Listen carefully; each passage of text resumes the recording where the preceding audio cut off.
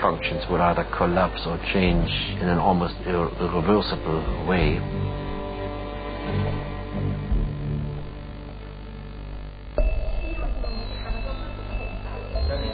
The year is 2050. In Asia, a group of scientists are scanning global temperature readings.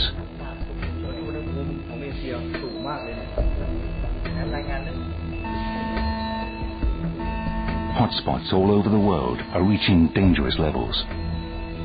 The irreversible effects of climate change are here. The Greenland ice sheet is melting. It is melting at an accelerating rate. If it were to melt entirely, sea level would rise 7 meters. The Mekong Delta in Vietnam would be largely underwater with a 1 meter rise in sea level. And the Mekong Delta accounts for half of the rice production in Vietnam. I mean, it's not something we normally would think about when we look at the glaciers flowing off the Greenland ice sheet and huge chunks of ice falling into the water. We don't think, uh-oh, there goes part of Asia's rice harvest. But that's what it actually means. Melting glaciers and rising sea levels may just be a glimpse into the future. But are these mere doomsayer predictions? Or is our food supply a victim of a changing climate? Our global food security, of course, is dependent on climate. So under climate change, we're seeing conditions that we haven't experienced before. So the question is, how will these crops adapt to these changing climate conditions? So we have a fourfold crisis in the world today. We have a crisis of food, we have a crisis of fuel, we have a financial crisis, and we have a climate crisis. Agriculture is part of all four of these crises.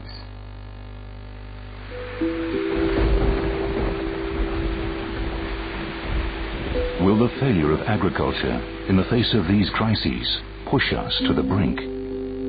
We may very well be on a path where a U-turn is almost no longer possible.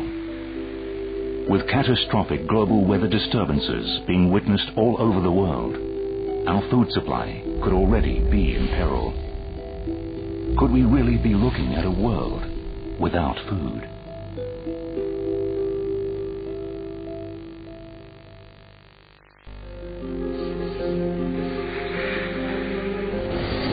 Market forces, population demands, and nature hold our food supply in a precarious balance. But are these the only factors that could push our world into a food crisis? Or could something else bring it all crashing down?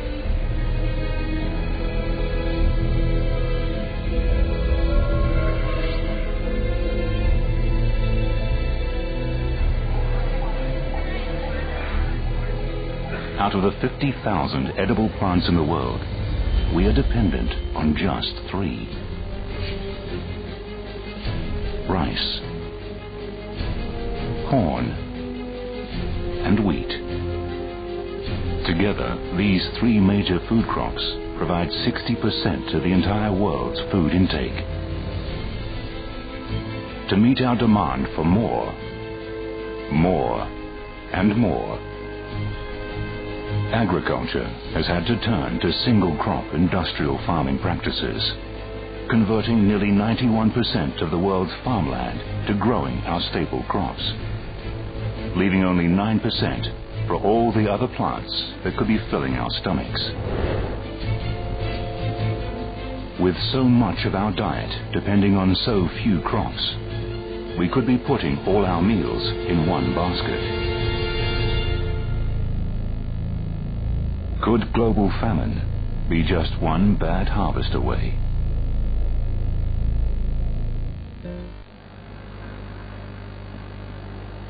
January in Iowa, the heart of the U.S. Corn Belt. Nearly half of the world's corn and soybean are grown here.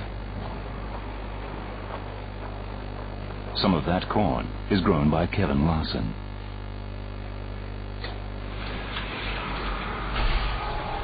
It's kind of a false sense now with all the snow that a lot nicer when everything's green. It means a lot. You would understand it more, maybe. We've had our year's worth of snowfall in the last 30 days, so we've had a lot more snow than what we normally would have. To a farmer, the weather means everything. The last harvest was poorer quality than normal because of the cool summer, and it was wetter than it should be when we harvested. And you can see there's kernels that have little spots of mold on them from being in the field too long. They should all be a nice, good, bright yellow with a white center.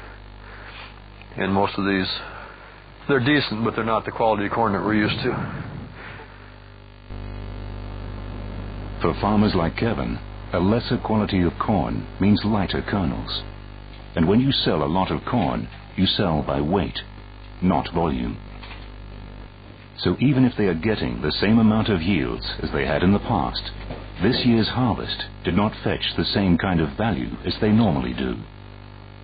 Is the world's changing climate to blame? If you can tell me what the weather's going to do, I'll tell you what I can do, and what's going to work out. So that's the one thing with farming. You can make the best plans and do the best job you can, but it all comes down to what the weather's going to give you.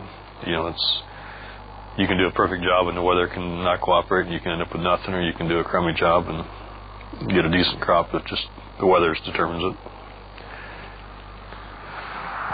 You wonder what's going to happen. Because you and I both like to eat.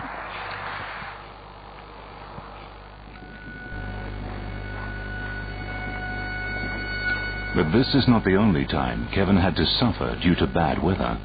In 1977, his harvest was struck by a severe drought.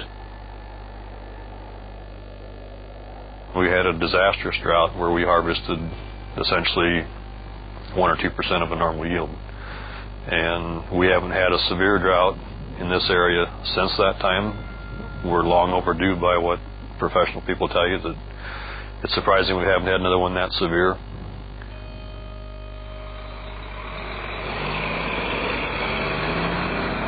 No one knows what the weather will do next. But some experts predict a 1 in 3 chance of another severe drought hitting the U.S. Corn Belt soon.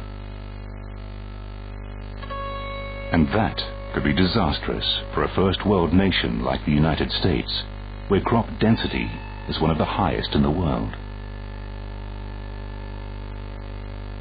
Corn farmers plant about 30,000 or 35,000 plants per acre now.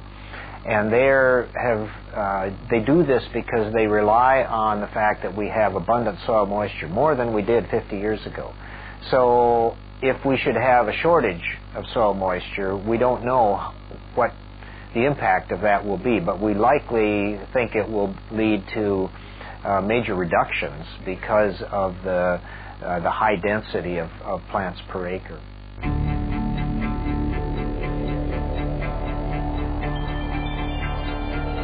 If a drought did hit, could the food security of this mighty nation be in danger? With the U.S. currently producing around 250 million tons of corn each year, shouldn't there be enough to eat? We once had a food economy and an energy economy, and they were more or less separate. Now the two are beginning to merge, because as the price of oil goes up, so does the price of ethanol, and that makes it profitable to convert grain into oil, in effect. Ethanol comes from corn and is being promoted by the U.S. government as the alternative to imported oil. This green gold rush is causing a race amongst corporate giants to take over vast areas of farmland to grow fuel crops, leaving even less land to grow the variety of crops needed to hedge our bets for the future. These 3 agrofuels miss that they're clean, green, and promote development.